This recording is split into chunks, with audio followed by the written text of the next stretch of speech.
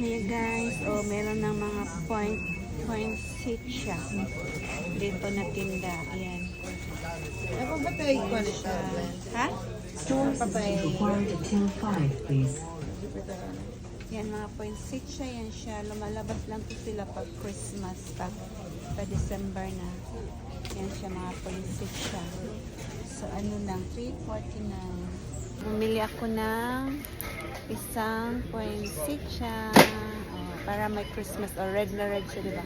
Para may Christmas spirit dito.